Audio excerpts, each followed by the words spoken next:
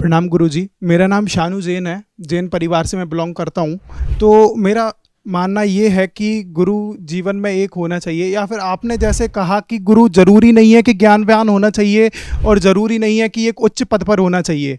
तो महाराज जी, आपको ये नहीं लगता कि शायद इससे हम इस बात से अंधविश्वास को बढ़ावा दे रहे हैं, या फिर किसी को भी अपन आगे सर झुकाएंगे तो इससे अंधविश्वासी बाबाओं का और बढ़ावा मिलेगा, बढ़ती हुई संख्या देखने को यहाँ पर मिलेगी अपन को?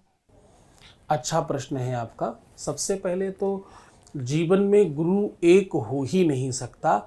हम सबको वो वाला खिलौना पकड़ा दिया गया है जो कहीं होता नहीं है। एक गुरु का कोई मतलब नहीं। पहला गुरु तो आपकी अपनी माँ है, तब तो कोई नहीं था। दूसरा गुरु आपका क्लास टीचर है जिसने पहली बार तुम्हें कुछ पढ़ना वढ़ना सिखाया।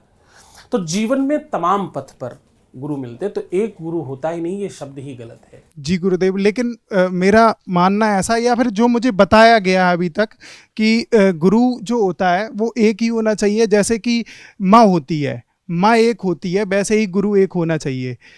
और बाकी का हम सबको अपनी, जैसे अब बड़ी महिलाएं होती हैं उनको माँ मान के चलते हैं, ऐसे ही गुरु मान करके उनके आदर्शों का पालन करना चाहिए।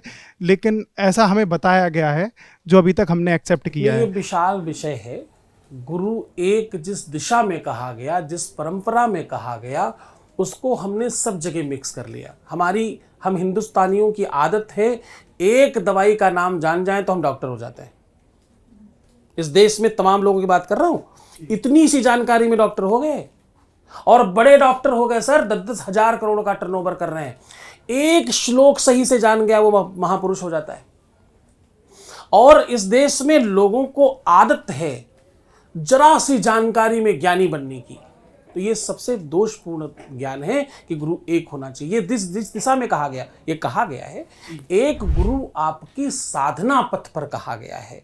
जब आप साधना पथ पर चलते हैं, क्योंकि वो पथ बहुत नितांत पर्सनल है, वहां कोई नहीं है, और वहां जरा सा तुम चूक गए तो नीचे गिर जाओगे। क्योंकि साधना पथ बहुत बहुत नीरस और बहुत भ्रामक है, बहुत उसमें भटकाव बहुत है। वहाँ एक ही गुरु होना चाहिए जो तुम्हें समझ चुका है, जो तुम्हें जान चुका है, तुम्हें उंगली पकड़ाकर धीरे धीरे ले जा रहा है, उसे मालूम है तुम्हें कैसे ले जाना है। जैसे डॉक्टर तुम्हें बचपन से जानता है, तुम्हारी प्रवृत्तियों को, तुम्हारे पूरे की पूरे शरीर की गतिविधियों को जानता है कि यार तुम्हें क्या सूट करता है, क्या नहीं सूट करता, तुम क्या खा सकते हो, तुम्हारे लिए क्या उचित है। वैसे ही साधना पथ पर ये ठीक है। बाकी जीवन रूपी व्यवस्था में तो आपको तमाम गुरु मिलते ही हैं। आप रोक नहीं सकते, आप चुनाव कर सकते हैं कि मेरे अपने, जिस प्रकार से आप पानी हर जगह का नहीं पीते, जिस प्रकार से हर जगह आप भोजन नहीं करते, जैसे आप जैनी हो तो जैनियों की तो परंपरा है कि मैं ये नहीं खाता, मैं वो नहीं पीता, मैं ऐसे नहीं करता, मैं वैसे नहीं करता। आप नियम पालन करते हो ना, तो वो नियम पालन जो है वो अंकुश है, वो व्यवस्था है, वो एक ऐसा अरेंजमेंट है जिसमें मर्यादा, जिससे आप बोलते हो।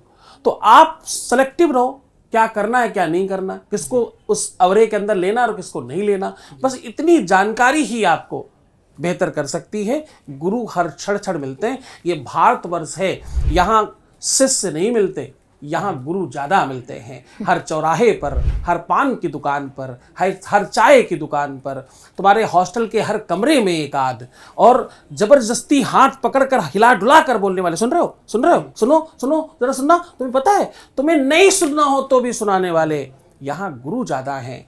पढ़ने वाला बच्चा तो विश्व की सबसे बड़ी बड़ी यूनिवर्सिटियों में भी जा रहा है, पर पढ़ाने वाला हर चौराहे पर घूम रहा है।